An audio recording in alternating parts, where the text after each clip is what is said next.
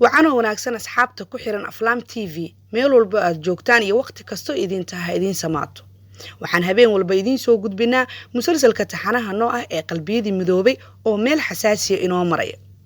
inta aynan u gudbin muuqaalka waxaan qaybta hoose ee muuqaalada idin soo dhignay linkiga YouTube-ka cusub ee lagu magacaabo Amal Yusuf fadlan subscribe saar waxaad halkaas ka heli doontaa waxyaabo badan oo ku xiiso galiya waatahay haddaba waxaan caawa idin haynaa qaybtii 17aad iyo qaybtii 18aad ee musalsalkii qalbiyadii midoobay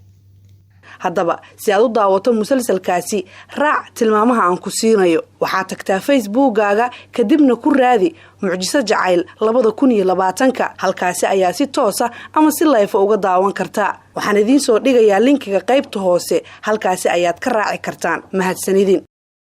waa tahay daawadayaal markana ku soo dhawaada sheekooyinka aflaamta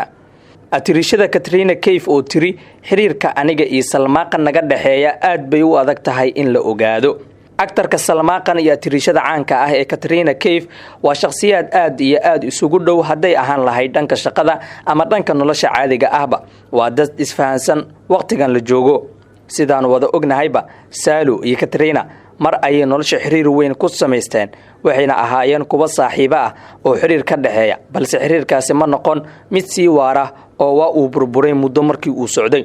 Katrina Kaif oo hadlaysa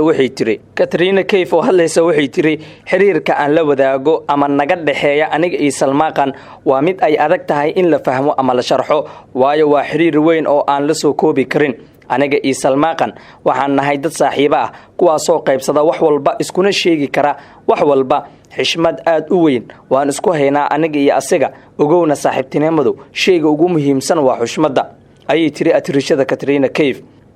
sidoo kale maanta aflaamta waxa laga hadalhayaa atirishada ku cusub shirkadda aflaanta bulwadka ee Disha Batani ayaa daaha ka qaaday inay markasta doorbido in aysan ka qayb galin xafladaha heerka sare ah ee ay ku kulmaan xidigaha ku xamaasha shirkadda aflaamta bulwadka 28 sano jirtan lagu magacaabo Disha Batani ayaa tilmaamtay in aysan xiisayn inay socoto goor dambe oo habeenkii ah sidoo kale atirishadan ma jecla in dadku ay isla dhexmaraan arimo xan ah oo ku saabsan nolosheeda gaarka ah marka ay habeenkii ka baxdo gurigeeda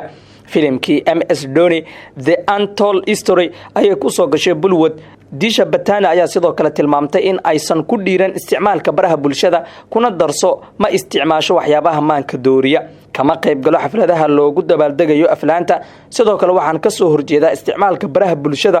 waxa intaasi isi dheer in aan cabin waxyaabaha maanka dooriya ee aktarada kale ay isticmaalaan sababta ugu weyn ayaa ah in aanan bixin habeenkii ma garan karo waxa ugu dhici doona hadii aan aado xafladaha habeenkii xanta soo bixi doonta ayaana ka walwalaya waxay ila tahay wax si gaxan inaan baxo habeenkii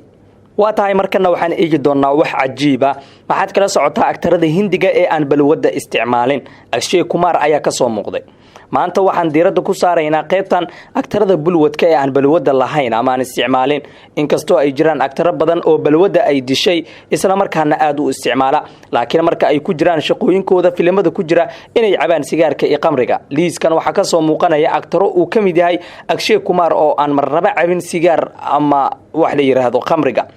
waxa ay kala yihiin aktarada oo gabdho iyo wiilal isugu jira waxa ugu horeysa atirishada Deepika Padukone oo ah atirisha aad wada taqaanaan oo caana waxa ku xiga Akshay Kumar oo asna aad garanaysaan Shahid Kapoor oo taqaanaan John Abraham oo taqaanaan Siddharth Malhotra iyo sidoo kale Shilpa Shetty Bibasha Basu Aishwarya Rai iyo aktaro kale oo badan waxaana la sheegay in dhammaantoodba aysan isticmaalin wax loogu yeero balwada qoyska Bachchan xaaladooda meel xun ayay maraysaa waxaana soo galay caabuqa halista ah ee coronavirus haddaba maanta waxaa la shaaciyay in corona laga helay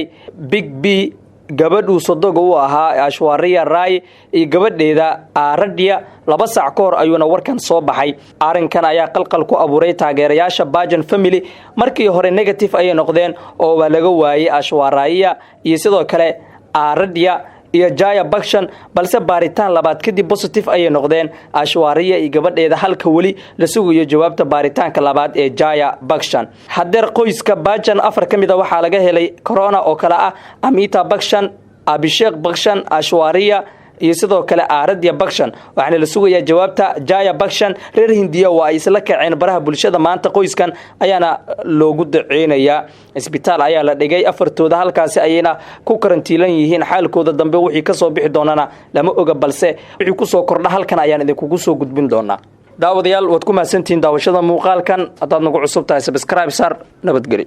waxaana wanaagsan asxaabta ku xiran Aflaam TV meel walba aad joogtaan iyo waqti kasto idin tahay idin samaato